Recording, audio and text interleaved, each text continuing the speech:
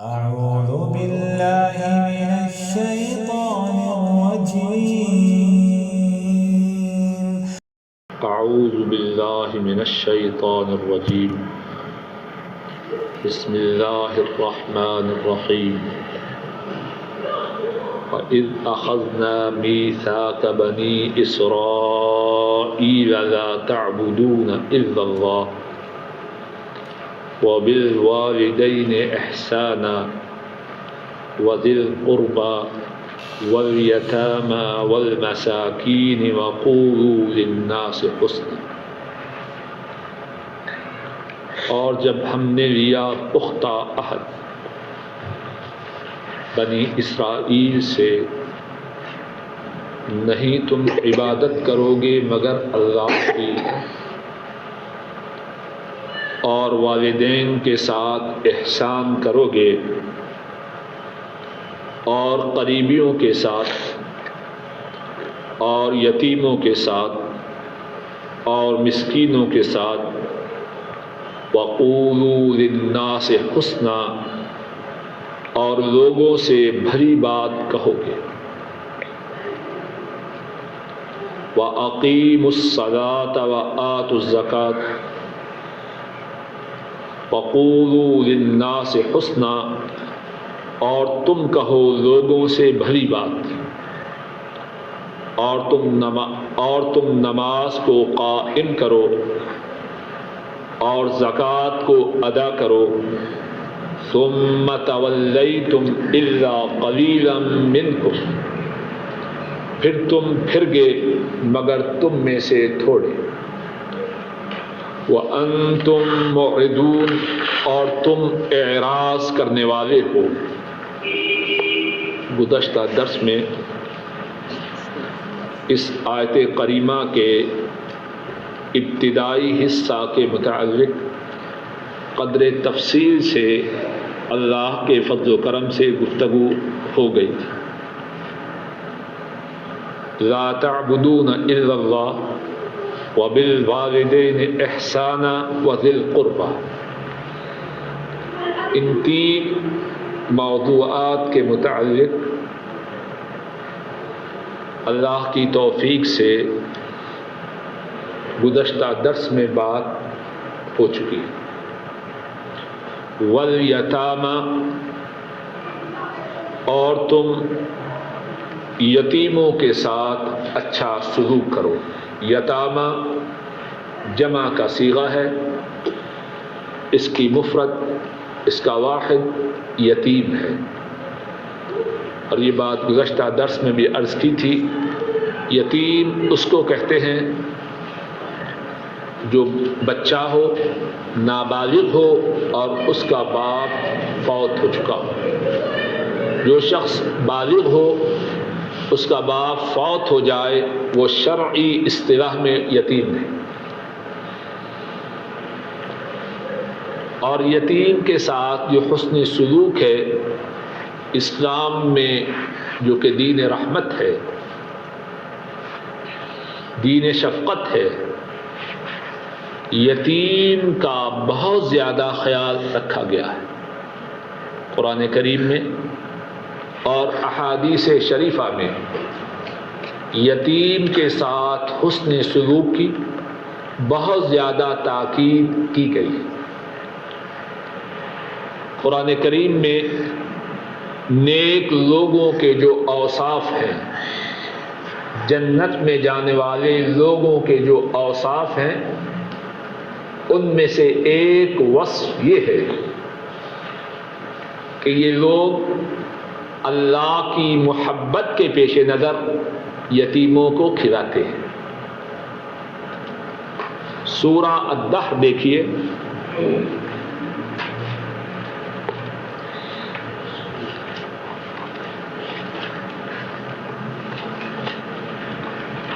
صفحہ 579، 579.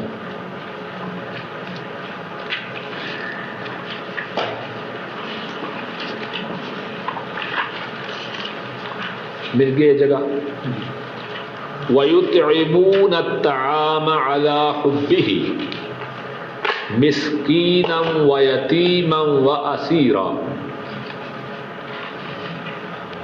دوسری سطر.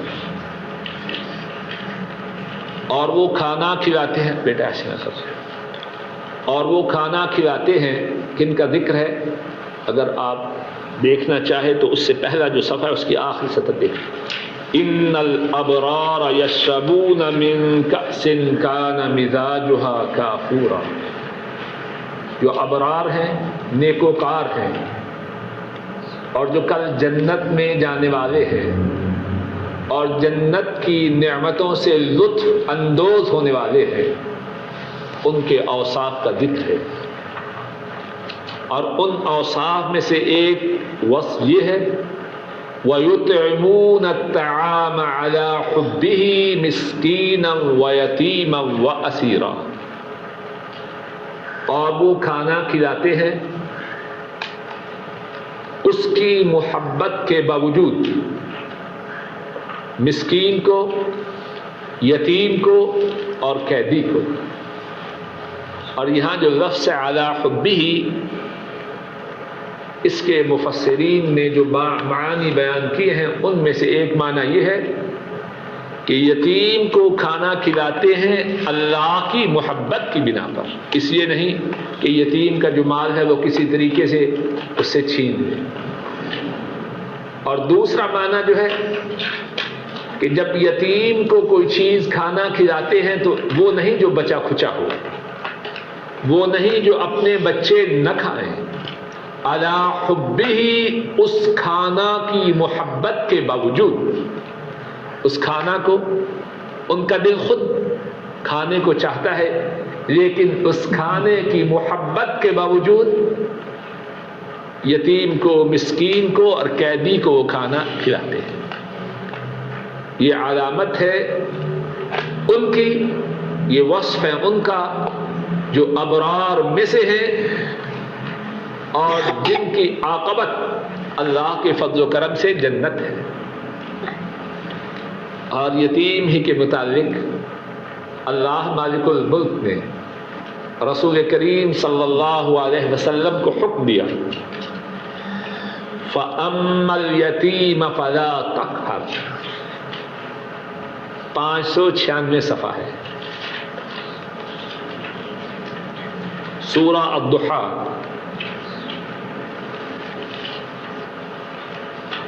آیت نمبر 9. فَأَمَّا الْيَتِيمَ فَلَا تَقْهَرْ. بس لیکن یتیم اسے جھڑکیے نہ، اس کا دل تو پہلے ہی ٹوٹا ہوا ہے. فَأَمَّا الْيَتِيمَ فَلَا تَقْهَرْ. وہ تو اپنے متعلق پہلے ہی سے سمجھا بیٹھا ہے کہ دنیاوی طور پر جو سب سے بڑا سہارا کسی انسان کو میسر ہو سکتا ہے وہ میرے پاس نہیں. اب جو پہلے ہی شکستہ دل ہے اس کو جھڑ کر اس کے دل کو مزید شکستہ نہ کیجیے. اور پھر یتیم کو دھتکارنا. اب تو بات تھی یتیم کو کھانا کھلانے کی، پھر حکم تھا یتیم کو جھڑکنا نہیں. قرآن کریم میں یہ بھی بتلایا کہ یتیم کو دھتکارنے والا وہ ہے جس میں قیامت کی تکذیب کی علامت پائی جاتی ہے. جو قیامت کا انکاری ہے وہ ہے جو یتیم کو ڈانٹتا ہے، جھڑکتا ہے، دھتکارتا ہے.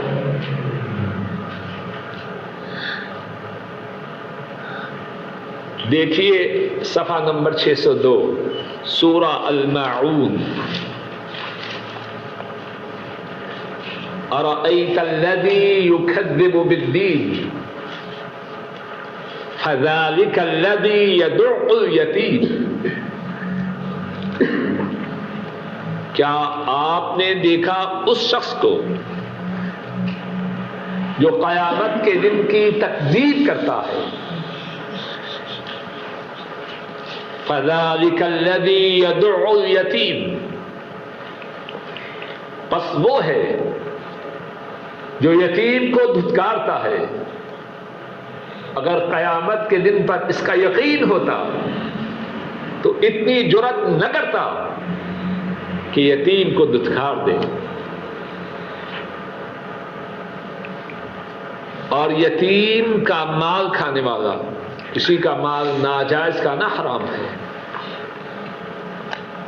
یتیم کے دنیاوی طور پر بے آسرا ہے، بے سہارا ہے،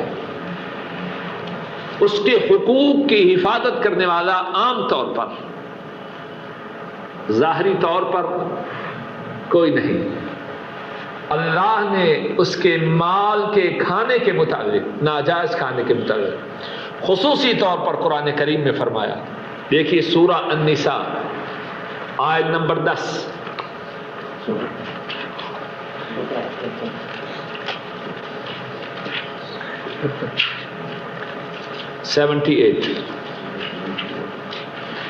ان الذين يأكلون اموال اليتامى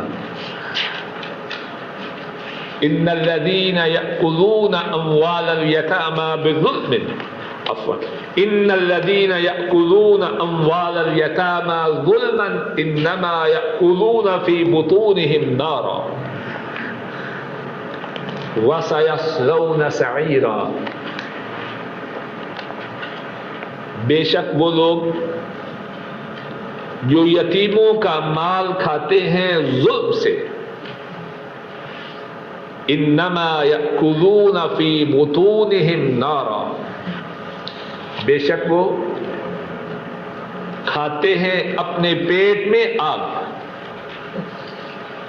وَسَيَصْلَوْنَ سَعِيرًا، اور عنقریب وہ داخل ہوں گے بھڑکتی ہوئی آگ میں۔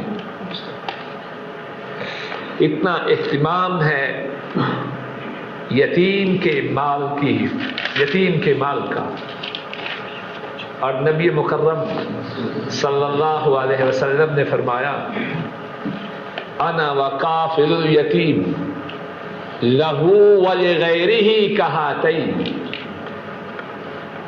انا وکافل الیتیم لہ ولغیرہ کہاتین،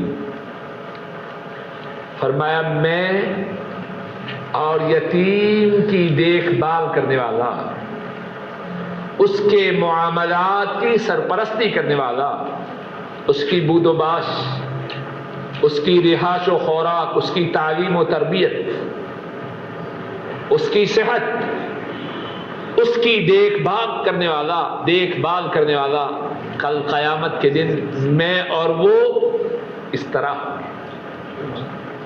اور آپ نے اپنی شہادت کی انگلی اور درمیانی انگلی کو کھڑا کیا، اتنا بلند مقام ہے۔ قیامت کے دن سب سے اعلیٰ مقام کس کا ہوگا؟ رسول کریم صلی اللہ علیہ وسلم کا۔ یتیم کی دیکھ بھال کرنے والا کس کے ساتھ ہوگا؟ جن کا مقام و مرتبہ تمام کائنات کے انسانوں جنوں میں سے سب سے بلند ہے۔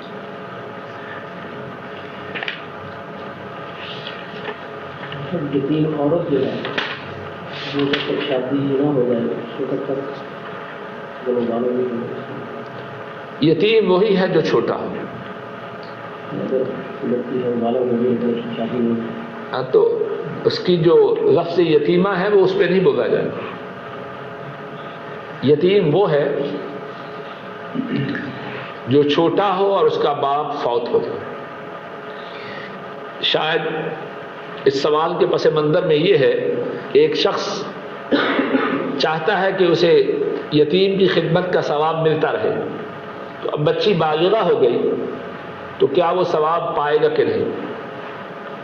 جو یتیمی کی بات ہے وہ تو ختم ہو گئی، لیکن یہ کم ثواب کی بات ہے کہ جوان بچی، اب اس کی دیکھ بھال کرنے والا کوئی نہیں، اور بچی جب بالغہ ہو جائے اور اس کی شادی نہ ہو تو شاید اس کی دیکھ بھال، اس کی حفاظت کی ذمہ داری پہلے سے زیادہ ہوتی ہے، اور جب ذمہ داری زیادہ ہے اور مشکل ہے تو اللہ کے فضل و کرم سے امید ہے کہ اس کا ثواب بھی کچھ کم نہ ہوگا۔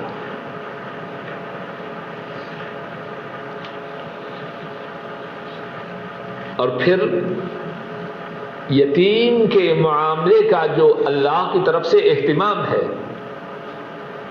اس کی ایک واضح دلیل یہ بھی ہے کہ یتیم کے معاملے کا جو خیال ہے وہ صرف اسلام ہی میں نہیں، اللہ نے بنو اسرائیل سے بھی اس بات کا عہد لیا۔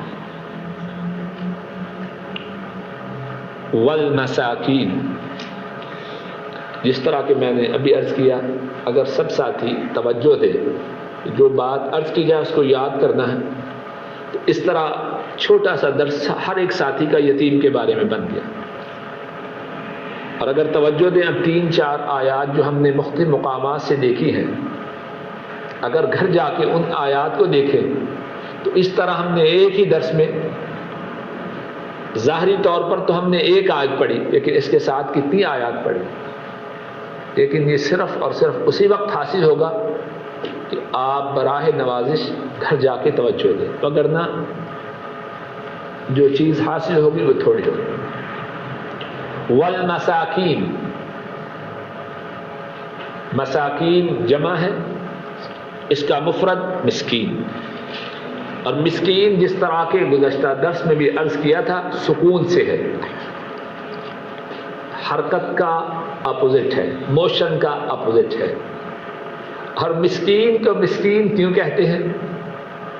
کہ اس کی غربت نے گویا کہ اس کی نقل و حرکت کو کم کر دیا۔ کہتے ہیں نا جی، ہمارے پنجابی میں کہتے ہیں کہ کسان کے گھر غلہ آیا ہے، دانے آئے ہیں، اب پھدکتا پھر رہا ہے۔ اسی طرح جب نئی نئی تنخواہ ملے تو کتنے الو ہمسایوں کی خیر نہیں کہ نئی نئی تنخواہ ہے، پہلا ہفتہ تو بڑا مشکل ہے، رات کو پتہ نہیں کتنے بجے تک بدتمیزی ہو رہی ہے۔ عام طور پر روپوں پیسوں کے ہونے کی وجہ سے نقل و حرکت میں، چہک مہک میں اضافہ ہوتا ہے۔ جب کوئی شخص غربت و افلاس کا مارا ہو، اللہ اس سے محفوظ رکھے، تو اس کی نقل و حرکت وہ نہیں ہوتی۔ تو مسکین کو مسکین اس لیے کہتے ہیں کہ غربت نے اس کی نقل و حرکت کو کم کر دیا۔ اور اسلامی اصطلاح میں مسکین کون ہے؟ مسکین وہ نہیں جو لوگوں سے سوال کرتا پھرے۔ مسکین کو آپ ہمارے محاورہ میں سفید پوش کہہ سکتے ہیں، اور سفید پوش سے میری مراد یہ ہے کہ اس کی آمدن اس کے جائز اخراجات سے کم ہو۔ ایک شخص کی 2000 روپیہ تنخواہ ہے، لیکن اس کے جائز اخراجات اس کی آمدن سے زیادہ ہے، اب شرعی طور پر وہ مسکین ہے، زکوٰۃ کا مستحق ہے۔ اب جائز اخراجات، اب ایک شخص ہے وہ ٹی وی لینا چاہتا ہے، کہتا ہے جی بڑا مسکین ہوں، میری کوئی مدد کرو۔ یہ جائز خرچ ہے یا ناجائز ہے؟ ایک شخص ہے کہ اس کے جو برابر کے لوگ ہیں وہ ہفتے میں 1 دن گوشت، 2 دن سبزی، 4 دن دال کھاتے ہیں مثال کے طور پر۔ اب وہ چاہتا ہے کہ نہیں جی 4 دن گوشت کھاؤں، اس طرح اس کے اخراجات اس کی آمدن سے زیادہ ہو جاتے ہیں، یہ مسکین نہیں۔ جب سب لوگ اس کے جو برابر کے ہیں دال زیادہ دن کھاتے ہیں، 1 دن گوشت کھاتے ہیں، اس نے اپنا نظام کیوں بدلا؟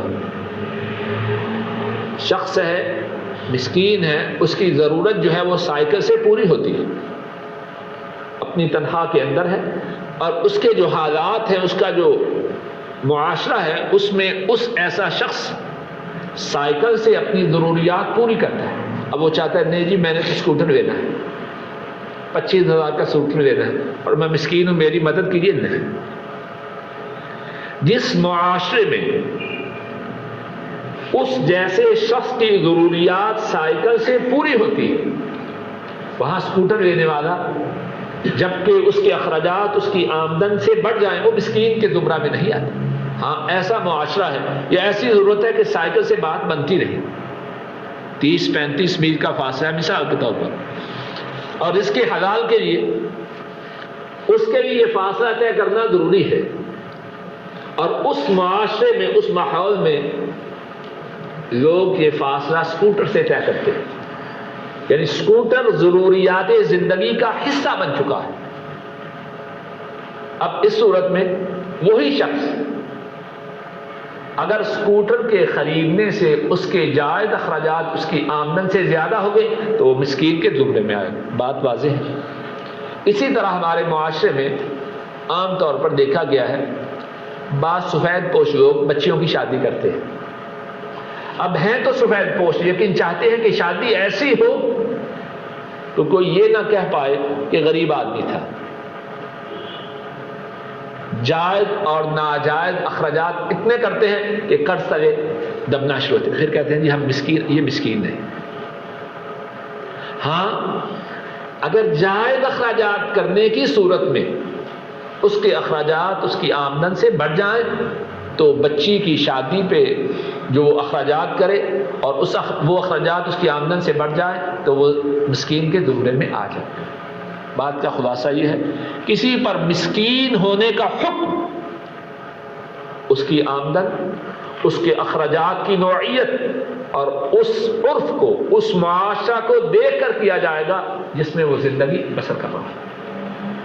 ہمارے معاشرے میں بہت سارے ایسے لوگ ہیں جو کہ خود کام نہیں کرتے ہیں مرد، لیکن ان کے چھوٹے چھوٹے بچے ہیں اور ان کی عورتیں جو ہیں وہ آ کے عام طور پر گھروں میں کام وغیرہ کرتی ہیں اور حالت ذات دیکھ کے ترس بھی آتا ہے، لیکن اس کا خامد جو ہے وہ یا تو اس نے اپنے گھر میں ٹیلی ویژن رکھا ہوا ہے یا ریڈیو وہ سارا دن چلتا رہتا ہے، لیکن بچے بھوکے رہتے ہیں یا ان کے پاس کوئی کپڑا نہیں ہے، تو ایسی صورت میں ان کو کیا کرنا ہے؟ اس بارے میں یہ ہے، اسلام میں جہاں غریبوں، فقیروں، مسکینوں کی مدد کا نظام ہے وہاں یہ بھی نظام ہے، ایک شخص جو صحت مند ہے، طبی طور پر محنت مزدوری کرنے میں اس کے لیے کوئی رکاوٹ نہیں، اسلام میں یہ ہے کہ ایسے شخص کو مجبور کیا جائے گا کہ وہ محنت مزدوری کرے، اس کو بیٹھنے نہیں دیا جائے گا۔ ایسا شخص جو بے غیرت ہے، خود تو سارا دن تاش کھیل رہا ہے، ایسے بھی ہیں جو نشہ کر رہے ہیں اور ان کی بیویاں گھروں میں کام کرتی ہیں، ایسے شخص کو اسلامی نظام حکومت میں چھوڑا نہیں جائے گا۔ اب اس کی بیوی کی جو مسکنت ہے وہ الگ ہے، اور اگر ہم تعاون بھی کرنا چاہیں گے تو اس مرد کے اعتبار سے نہیں، اس عورت کے اعتبار سے جس کے گلے میں 6، 7، 8، 10 بچیاں یا بچے، اور اس عورت میں اتنی طاقت بھی نہیں کہ اس نکمے نکھٹو خاوند کو گھر سے نکال سکے۔ وَقُولُوا لِلنَّاسِ حُسْنًا، اور کہو لوگوں سے بھلی بات۔ بھلی بات سے یہ ہے کہ کسی کا دل بے جان نہ دکھاؤ، اور بعض ائمہ نے فرمایا ہے وَقُولُوا لِلنَّاسِ حُسْنًا، اس میں یہ بھی بات ہے کہ ان کو نیکی کا حکم دو، برائی سے روکو۔ ذرا غور کیجیے، اس سے زیادہ فائدہ والی کسی کے لیے بات ہو سکتی ہے؟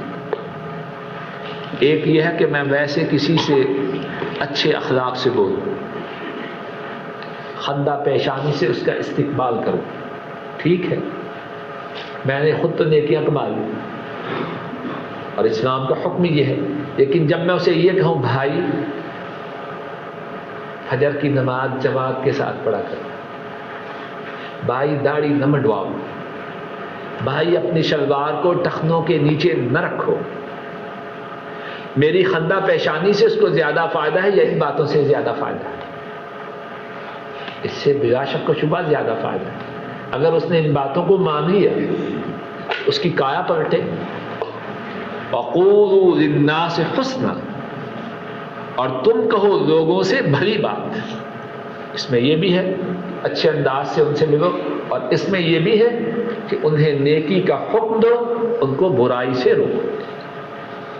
حدیث بھی اس سے آتی ہے کہ من کان یؤمن باللہ فلیقل خیرا او لیصمت، ہاں وہ بھی ٹھیک ہے، کہ جس کا اللہ پر ایمان ہے بات کرے تو اچھی کرے یا چپ رہے.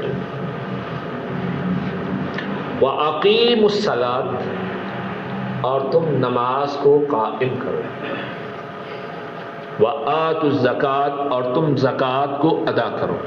نماز زکوٰۃ کے مطابق غالباً اس سے پہلے بھی اتنی دفعہ بات ہو چکی. ثُمَّ تَوَلَّيْتُمْ، پھر تم پھر گئے. کن سے بات ہو رہی ہے؟ بنو اسرائیل سے. اب سوال یہ ہے، یہ آیت کریمہ کس پہ نازل ہوئی؟ جن سے وعدہ لیا گیا تھا، کیا یہ لوگ تب موجود تھے؟ ثم تولیتم، پھر تم پھر گئے. حضرت صلی اللہ علیہ وسلم کے زمانہ مبارک میں جو موجود سے ان سے خطاب ہے، تو اس کا کیا مقصد ہے؟ سوال واضح ہے یوں حارث بھائی؟ جواب یہ ہے کہ یہ اپنی نسبت ان کی طرف کرتے تھے، بلکہ اس بات پہ فخر کرتے تھے کہ وہ ان کی نسل سے ہیں اور ان کے دین پر ہیں، ان کے مذہب پر ہیں. تو دینی وعدہ، دینی عہد جو ان سے تھا ان سے بھی ہے. اور یہ پھر بھی کہ باوجود اس بات کے کہ یہ وعدہ ان سے لیا تو ان سے بھی ہوا، کیونکہ یہ اپنی نسبت ان کی طرف کرتے ہیں اور اپنی اس نسبت پہ راضی ہیں، خوش ہیں. تو پھر یہ پھر. اور دوسرا معنی یہ بھی ہے کہ ان کے آباء و اجداد اس پختہ عہد کے کرنے کے بعد بھی پھر گئے، تو ان کو فخر ہے اپنے آباء و اجداد پر. جب وہ پھر گئے تو ان پہ فخر کرنے والے گویا کہ یہ بھی پھر گئے. بات واضح ہے کہ نہیں؟ پھر عرض کرتا ہوں، ایک اس سے مراد تو یوں ہے کہ وہ وعدہ اگرچہ ان سے لیا گیا جو اس زمانے میں موجود تھے، لیکن چونکہ یہ اپنی نسبت ان کی طرف کرتے ہیں اور اپنے آپ کو ان کے دین، ان کے مذہب پر قرار دیتے ہیں، تو یہی وعدہ ان سے بھی تھا، لیکن انہوں نے یہ وعدہ پورا نہ کیا، اس لیے ان سے خطاب ہے ثم تولیتم. دوسری بات، دوسرا معنی یہ ہے واللہ اعلم بالصواب کہ ان کے اسلاف، ان کے آباء و اجداد باوجود پختہ عہد کے پھر گئے، اور ان کو فخر ہے اپنے آباء و اجداد پر، ان کو فخر ہے ان کے کار ہائے نمایاں پر. تو پھر ان کا پھرنا ان کا بھی پھرنا. الا قلیلا منکم، مگر تم میں سے تھوڑے. اس مقام کو اچھی طرح ذرا سمجھیے، قرآن کریم کی ہر مقام کو اچھی طرح سمجھنا چاہیے. الا قلیلا منکم، مگر تم میں سے تھوڑے. اللہ اکبر، کاش کہ اللہ ہمیں بھی یہ بات عطا فرمائے. عام طور پر کہنے والے بھی اور سننے والے بھی، ان کا طریقہ یہ ہوتا ہے کہ بات میں بڑی تعمیم کرتے ہیں، سب برے ہیں، سب کا بیڑا غرق ہو گیا ہے. یعنی جب بات کرتے ہیں تو ایک دم ماشاءاللہ سب کو اپنے بات میں دبو دیتے ہیں، بیڑا غرق سب کا کر دیتے ہیں. بنو اسرائیل کتنی مبعوث، اللہ کو کتنی ناپسندیدہ اپنی حرکتوں کی وجہ سے قوم بن گئی. ابتدا میں اللہ نے ان کو بڑی فضیلت دی، لیکن ان کی کرتوتیں، ان کی حرکتیں ایسی تھیں کہ اللہ کا ان پہ غضب ہوا، اللہ کی ان پہ ناراضگی ہوئی. لیکن جو حق ہے اس کا اظہار الا قلیلا منکم، وہ سب نہیں پھرے مگر تم میں سے تھوڑے. یعنی باوجود مجموعی طور پر اس قوم پر ناراض ہونے کے، جو عہد پر قائم رہے، ان کی حق تلفی نہیں کی. الا قلیلا منکم، تھوڑے ایسے تھے جو اپنے عہد پہ ثابت قدم رہے.